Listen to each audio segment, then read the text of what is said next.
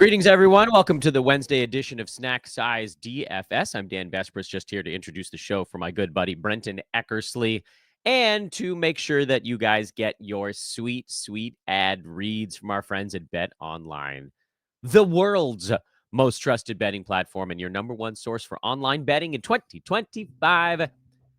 Listen, they've got the largest selection of odds on everything from the NBA and college basketball to the NHL and UFC, taking you from every three-pointer to every hat trick and back again right now. BetOnline has you covered with odds, stats, and more on every game, every play, and every win. So whether you're a seasoned fan or a first-timer, BetOnline is your ultimate game day companion. BetOnline, the game starts here. Make sure to subscribe so you don't miss any of our DFS episodes that Brenton puts together down the stretch of this NBA season. Hit that like button. Comments are open. Brenton, let's roll.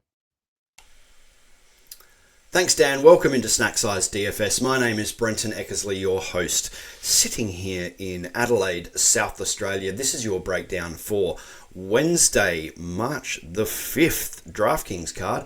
It's a back-to-back for me. I got to go yesterday. I get to go today as well. That doesn't happen very often, but I thought I'd take advantage while I have a little bit of time and get an extra show out for you guys. I did start looking at this card and thought, look, this is a nice 7-game card. There's not many back-to-backs. And then things got very interesting as more news rolled through. It ended up being quite a complicated little card. So hopefully I can help you out here. The idea with Snack Size DFS is to basically keep things nice and brief, nice and condensed, and just get you thinking about the day's card that is coming up shortly. I do record early here, so please keep an eye on the news. It's the best way for me to get as much information as I can in. There's plenty of news available, but we do go early so that you guys have time to listen or watch and then start making your plans for the card. As I said, 7 games, Wednesday, March the 5th. Here are some game notes for you. 3 games are going to be nice and fast here on this particular day. Utah taking on Washington, no game total available yet. Sacramento taking on Denver with a 236 game total, and I'd also expect the OKC at Memphis game to be nice and fast. No real slow ones here to speak of. The Portland-Boston one first up probably won't tick over 230, but most of the other games sit around that 225 mark. Your attack and stack plays here. One game in particular that I really like to attack here. It's Utah taking on Washington. Both teams giving up heaps of fantasy points all season long. No reason that doesn't continue here. I also like the OKC game versus Memphis. Memphis are in a unique position this year where they are rolling along, doing very well in the standings. Triple J is now out, so that may change things. But Memphis playing extremely fast and being at the top of the table, near the top of the table, is fairly unusual. So we like it when good teams take on Memphis. OKC taking them on today. Pace bumps for the day. Miami, a small pace bump versus Cleveland, and Sacramento also a small pace bump versus Denver. Nothing to really write home about. Okay, 7 games on. Let's jump into the first one. Portland taking on Boston. As I mentioned, fairly slow game expected here. Probably around the 222 mark, I would say. Jumping into Portland, Shaden Sharp, 6,700. Look, it's just too cheap for what he's putting out, but we must keep an eye on the Jeremy Grant news. He hasn't been playing lately. Grant is questionable. Rob Williams is already ruled out. It's a $1,300 price jump for Shaden Sharp in just 3 games. That is to be expected. I like this if Grant stays out. Duop Reith has kind of come from the clouds, taking over the backup minutes behind Donovan Clingan, 3,500. Yeah, it's a low price. His minutes haven't been anything to write home about either, 21 and 18 minutes, but he does have the ability to put up fantasy points in a short amount of time. As you can see with that last game, 18 minutes and 29 DK points. We do have some high price guys on the board tonight, so we need to find some value if we want to slot those guys in. I like Duop Reith here. Denny Abdia, I've just made, this is basically a note for you at 6,600. I used the word pinata to take a swing at somebody. Basically, this guy's the definition of yo-yo scoring. Have a listen to these last 8 games. DK point scoring, 37-21, 44-27, 44, 8, 62, 21. I mean, I don't know what you're supposed to do with that. It doesn't seem to be really based on good or bad matchups. It's just all over the place for Denny. If you think he's going to have a ceiling game here, go for it. I'm not going to play him, though. Moving across to the Boston Celtics, they have a back-to-back on the Wednesday, Thursday, so this will be the first one, making it a little bit easier to read what's going to happen with Boston. On the injury report, we have Horford ruled in, Pritchard and White probable. Tatum and Brown both came up as questionable while I was asleep last night, which is going to change a few things. Holiday and Porzingis both doubtful, so we expect those guys to sit on the first of a back-to-back. The Tatum-Brown thing, Tatum is listed at 10k, Brown at 8k. Basically, the way I'm going to play this is drop one of them in if the other one sits. It's as simple as that. For me, I would prefer Tatum to take a rest here on the first of the back-to-back and then play the lower price Brown at 8k, who will definitely see an uptick in usage, big uptick in usage, and I would prefer to play the lower price guy there. Al Horford, 4,800. His minutes are back up to nice and high again. I think he's had 30 plus in the last 3 or so. We know that Porzingis is doubtful. This is a little bit of a low upside kind of play. Horford's an old man now, but he can get you 35 DK points at 4,800. Derek White, 6,900. This guy tends to be my slot-in play whenever we have one of the big names out. And, of course, we have both Tatum and Brown questionable here. If one or both of those guys sits, I like Derek White here. Couple of lower price guys here based on the ins and outs, the potential of Tatum or Brown sitting. Sam Hauser at 3,800. He's going to be your very low price play, probably lower upside as well, but 3,800 if Brown or Tatum sit. If I can spit my words out today, if Jaylen Brown or Jason Tatum sit, I do like the price for Sam Hauser. He'll get a bump in minutes at 3,800. And Peyton Pritchard, probably more of a higher upside kind of play at 5,300. We know that Holiday's doubtful. He's another guy like Derek White that I do like to slot into lineups if we have a high price player out. So you could probably flip between those guys. I don't really see a reason why you couldn't play both Hauser and Pritchard if we have no Brown and Tatum. Moving into the second game, I told you that there were a lot of moving parts in this one, so please bear with me as I try to keep this brief. Minnesota taking on Charlotte. It's a back-to-back for Minnesota. They're playing today, so this will be the second one. Randall is questionable for the Tuesday. I expect him to play here on the Wednesday. He had 34 minutes in his first game back, so can't see a reason why he doesn't play here. Sorry, if he doesn't play on the Tuesday. If he plays on the Tuesday, that may make things different. Gobert is out. It says Monday there. That should be Tuesday. Gobert is out on the Tuesday. Anthony Edwards, 9,300. He could destroy the Hornets. Yep, for sure. 9,300 is a decent price for him. His floor is kind of around 40 DK points usually. Just watch the blowout here. I tend to stay away from high price guys in those situations. Believe that LaMelo Ball is not on the injury report for Charlotte, so that could keep things closer for the Hornets. Naz Reid at 7,800. Watch the Gobert news, of course. He's just listed out. He's not on a long-term injury list or anything. So if Gobert doesn't go, I really like Naz Reid here versus the Charlotte centers at 7,800. Few guys in the mid-price bracket that you can drop in here. Julius Randle, if he does play on the Wednesday, 6,500. It's a great price, especially versus Charlotte. Dante DiVincenzo would be more of a pinata play, although the minutes are nice and high. The DK scoring has been good in the last couple. So if you need to save $1,000, $5,500, I have no problems playing Dante. Just watch that back-to-back news. Of course, with two guys coming off of injury. Jaden McDaniels at 7k, a little bit higher price, probably limited upside, but if Gobert remains out, it's still probably too cheap versus the Charlotte bigs for Jaden McDaniels. On the Charlotte side of the ball, taking on a fairly tough defensively Minnesota team, I only really like the two centers here. It's Mark Williams at 7,600 and it's Yusuf Nurkic at the low price of 3,900. Mark Williams, 31 to 34 minutes, even in a couple of 20-point losses, which is interesting to see. They're not on a back-to-back here, so I do like Mark Williams' price at 7,600. We know he has 45 to 50 DK point upside, and I especially like the this if there is no Gobert on the other side of the ball. His backup is going to be Yusuf Nurkic at 3,900. He had some nice high minutes. Those are minutes there, 35, 32, and 34. Nope. Apologies, they are DK points, 35, 32, and 34. The reason I was thinking minutes is because he was putting up these scores in very low minutes, and that had me worried. It's always a little bit of a red flag for someone to be doing that, but he continues to do it. He did have only 15 DK points versus Golden State in the last one, but it seems like that is the anomaly right now. So you can look at Yusuf Nurkic if you need to fit in a low value, a low price center at 3,900. Utah taking on Washington. As I said, this is probably going to be the fastest game of the day, and it's also one we can absolutely attack for DK points just about everywhere. For the Utah, as they continue the tank, Clarkson, Collins, Kessler, Markkanen, Sexton already ruled out. This is not a back-to-back for Utah. This is just a tank situation. So the three guys that I really like to benefit here, Isaiah Collier you could look at, but he generally hangs around that 25 to 30 DK point mark no matter what's going on around him. So he would be a cash play only, kind of low upside.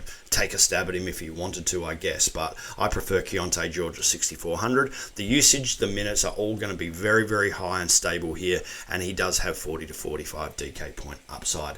Kyle Filipowski, this one's real simple for me. Eat the chalk, 5,500. We know what he does when Walker Kessler is not in this team. 49 DK points the last time Walker Kessler sat. It's as simple as that. Kyle Filipowski must be played for me. Bryce Sensabaugh at 4,300. This is more of a stab in the dark pinata play, but the minutes should be nice and high here, around 30 to 32. He is capable of 30 to 35 DK points. Maybe he goes higher than that versus Washington. And also just keep an eye on the starting lineup. If KJ Martin is in there, he probably will be. He'll be a $4,100 pinata play. Fairly low upside, but he can have his nights as well. I prefer Bryce Sensabaugh. On the other side of the ball, the Wizards. Jordan Poole already ruled out. This is not a back-to-back. Things are starting to look a little dire for Jordan Poole here. I think he's missed the last 3 or 4 games. Rashawn Holmes, Keyshawn George, Jaden Springer, all questionable. So obviously this news for Jordan Poole came up after I made these slides. Jordan Poole ruled out. We can take him off the board. Bilal Koulibaly, 6K. It's a bad day for me to be stumbling over words because we have a lot to get through. Let's try again. Bilal Koulibaly at 6K. He's just going to be too cheap versus Utah here, especially with no Jordan Poole. He's going to get more shot attempts. 6K is a great price versus Utah in a fast matchup for Bilal. And I do like Bub Carrington here at 5,300 versus Utah. Poole is still going to be out. He has 35 DK point upside, even higher on his any given day. It's a fast one. It's versus Utah. I have no problems with Bub Carrington here. Moving on to a bit of a slower one here. Miami get a small pace bump versus Cleveland. This is a tough one, really tough. We have most guys in. The problem here is the wings for Miami. It's very, very difficult to work out who's going to do what on any given night. And you can probably see that by the names listed down the board here. So for me, Bam Adebayo, Tyler Hero are both priced appropriately. We don't have Keller Ware in this one. Hami Huckers is out. Wiggins is out as well. Already ruled out, those three. And Davion Mitchell is questionable as well. So heaps of moving parts here. Let's see if we can get some value for you, though. It's all low price guys here for me. Pele Larson, 3,500. He had 28 minutes in the last one without Ware and without Wiggins. 28 DK points in that time. So nice fantasy point scoring. It's a tough one because he kind of came out of nowhere. He's a pinata play at 3,500. Alec Burks, 4,300, probably a safer one. He's probably a safer minutes guy. 25 minutes, though, in the last one, as I just absolutely go against what I just said. I do like Alec Burks here, though, at 4,300. He will usually get higher minutes than that with multiple guys out, so not a bad play at 4,300. Terry Rozier got the start with Davion Mitchell out in the last one. This is only a play with if Davion can't go again. 4,800 for Terry Rozier.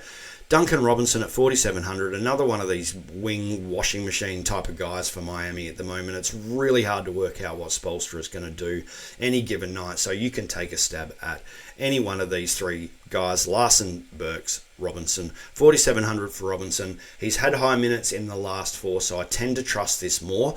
His DK point scoring a little bit all over the place at 40, 33, and then dropping back to 21 and 25. Fairly shot dependent is Duncan Robinson. Cleveland are a fairly tough team. Look, as I said, it is a washing machine. It's very difficult to work out. My favourite two are going to be Terry Rozier if Mitchell can't go, and I'll probably prefer Duncan Robinson as a safer floor over the other two at the top of the list there. Woo! Lots going on. Cleveland taking on Miami. As we mentioned, this is the back-to-back, second of a back-to-back for Cleveland. For Cleveland. We have Adebayo shouldn't be down there. He should be up the top there. He is going to be in for Miami. I skipped that and put it in the wrong place. Apologies. Donovan Mitchell is ruled in here for Cleveland, and we have Mobley already ruled out. He was ruled out Monday. He's going to be ruled out Wednesday as well. So it's a slow down game against a fairly kind of tough defense in Miami for the Cleveland Cavaliers here. So Donovan Mitchell, Darius Garland, Evan Mobley is already ruled out, and Jarrett Allen, I think they're just all appropriately priced, and I'm not going to play them here. The two stabs you can have here, look, Ty Jerome and DeAndre Hunter. Mitchell's going to be back in here, and that is the key, both with large price jumps. Sorry, Mitchell is ruled in on the Tuesday. Just watch the news for Mitchell on the Wednesday. If he does play on the Wednesday, both of these guys have had large price jumps, and I'm just going to pass. If Mitchell does not play, I'd much prefer Ty Jerome over DeAndre Hunter. Dallas, oh man, poor Dallas lost Kyrie Irving for the season, taking on Milwaukee Bucks. Dallas are absolutely wrecked now. This could be a blowout. Be very careful. We have PJ Washington out. We know that Irving's gone for the season. We also have Jaden Hardy and Dante Exum ruled out for this one. So, for me, Spencer Dinwiddie is a bit of a must-play here. It's a pretty easy one, 5,100. He's the lone standing point guard, really. We can expect Max Christie and Najee Marshall to both handle a little bit of the ball here, but I can't see how Spencer Dinwiddie doesn't do the bulk of it and get around that 29 to 30 minute mark. So 5,100 is a pretty easy play for me for Dinwiddie.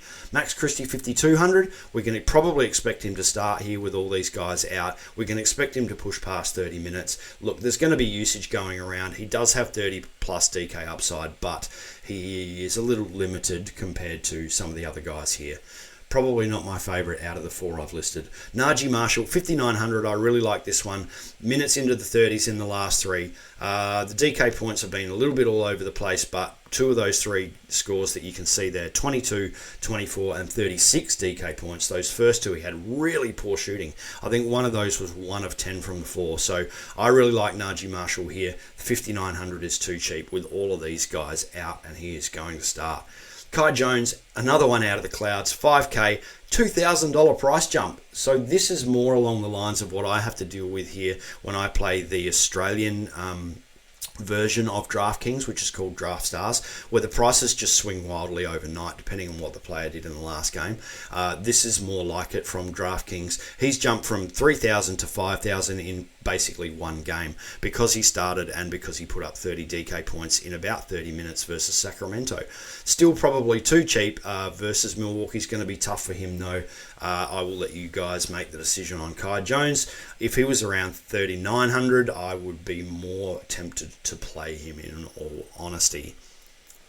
Back-to-back for Milwaukee here. They are playing today and playing into this one on the Wednesday. Second of a back-to-back. Giannis and Kuzma both ruled in for the Tuesday. Pat Connaughton remains out. Giannis himself at 11K. He had 59 DK points versus Dallas in an earlier game, and now Dallas are absolutely destroyed injury-wise. So it's a very good price for Giannis versus a team with basically Kai Jones playing at the center. Watch the blowout. I don't mind Giannis here to get to 60 anyway, even if he sits in a majority of the last quarter. Dame Lillard, 9K, 49 versus Dallas last game. It's kind of the similar story for him. Probably lower on him than I am on Giannis. Yeah, Dame scoring has just been all over the place this season. I'd probably prefer to pay up for Giannis at 11k. Gary Trent Jr. would be your pinata play, 4,300. We know that Kuzma's back in on the Tuesday, so watch the back-to-back. If Kuzma goes back out, then I like this for Gary Trent Jr., 4,300. He had 30 DK points versus Dallas. That game versus Dallas was obviously only the last game that these two teams played. I'm running out of breath here. There is so much to talk about today. Sacramento taking on Denver. This is going to be one of the fast games of the day. Sacramento get a nice little pace bump versus Denver. We have Malik Monk questionable here, so we need to watch that news, obviously. Zach LaVine, 7,900. I don't often look at Zach LaVine with all of the even spread of field goal attempts and scoring on this team currently, but if Malik Monk goes out, then I don't mind a look at Zach LaVine at 7,900 in a pace bump matchup. Also with the news on Malik Monk, I'm not going to be looking at Keon Ellis too closely here, but if Malik Monk goes out, you can absolutely slot him in. He becomes one of the best players of the day. Jonas Valanciunas starting for this team now with no Sabonis, 6,400. That's a $1,000 price jump. Pretty much needed and should be the case from DraftKings. It's a tough matchup versus Jokic, but he did put up 49 DK points only 2 games ago versus Alperen Şengün. Similar player to Jokic, yeah, kind of. So I like the price here for Jonas Valanciunas at 6,400. Trey Lyles is an interesting one. I picked him up in a deeper league because Valanciunas was already off the board, and he hasn't hurt me too badly yet. Trey Lyles, 3,900. He's going to get plenty of backup minutes behind JV. He's a pinata play mostly. Versus the Denver bench, though, we know what happens once Jokic goes off the court. So a decent little stab in the dark play here for Trey Lyles, who is coming off 29 DK points himself. On the Denver side of things, we have Aaron Gordon and Julian Strawther questionable. Peyton Watson remains out. Nikola Jokic, the other big price guy here alongside Giannis, and we also have Shea coming up. 12-2. Yeah, it's pretty good at basketball. Mid-60s to 70 with 170 DK point outing thrown in the last 4. Am I scared of the center versus Valanciunas situation? Definitely not. 12-2 is an okay price for Jokic. I just think I prefer Shea coming up later on, to be honest. Jamal Murray, 7,700, is a bit of a pinata play. The guy goes on hot streaks. He's in the middle of a hot streak right now. If you think it continues versus Sacramento, which it may well could, 7,700 is an okay play for Jamal Murray. He's coming off 240 plus DK point scoring outings. Christian Brown, though, 5,900. The minutes are out of control. I think he played 47 in a overtime game in the last one, which is pretty wild. 5,900 for a guy playing minutes well above 30 minutes plus in the last number of games.